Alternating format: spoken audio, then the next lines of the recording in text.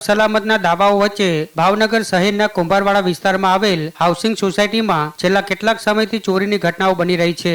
ધોળા દિવસે લોકોના બાઇકમાંથી પેટ્રોલની ચોરી, પાલતુ પશુઓ, ઘરમાંથી ગેસ સિલિન્ડર, રોકડ, સોના ચાંદીના દાગીના સહિતની વસ્તુની ચોરીની ઘટનાઓ બની રહી છે, પણ અટકવાનું નામ નથી લઈ રહી, જેના કારણે લોકો હેરાન થઈ રહ્યા છે અને રાત્રે ઉજાગરા કરી રહ્યા છે। ત્યારે આખરે સ્થાનિક લોકોએ મોટી સંખ્યામાં એકત્રિત થઈ બોર તળાવ પોલીસ મથકે પહોંચી કડક કાર્યવાહી કરવા તેમજ ચુસ્ત બંદોબસ્ત ગોઠવવાની માંગ કરી હતી।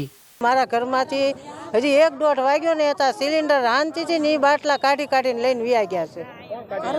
તો પકડી નહીં, આ કોણ કરે છે એ જ નથી ખબર પડતી। અમે મજૂર માણસ છે, મારવાર મજૂરી કરે, હવે એમાં કેમ પૈસા લે? હું હા બાટલા વગરની સૌ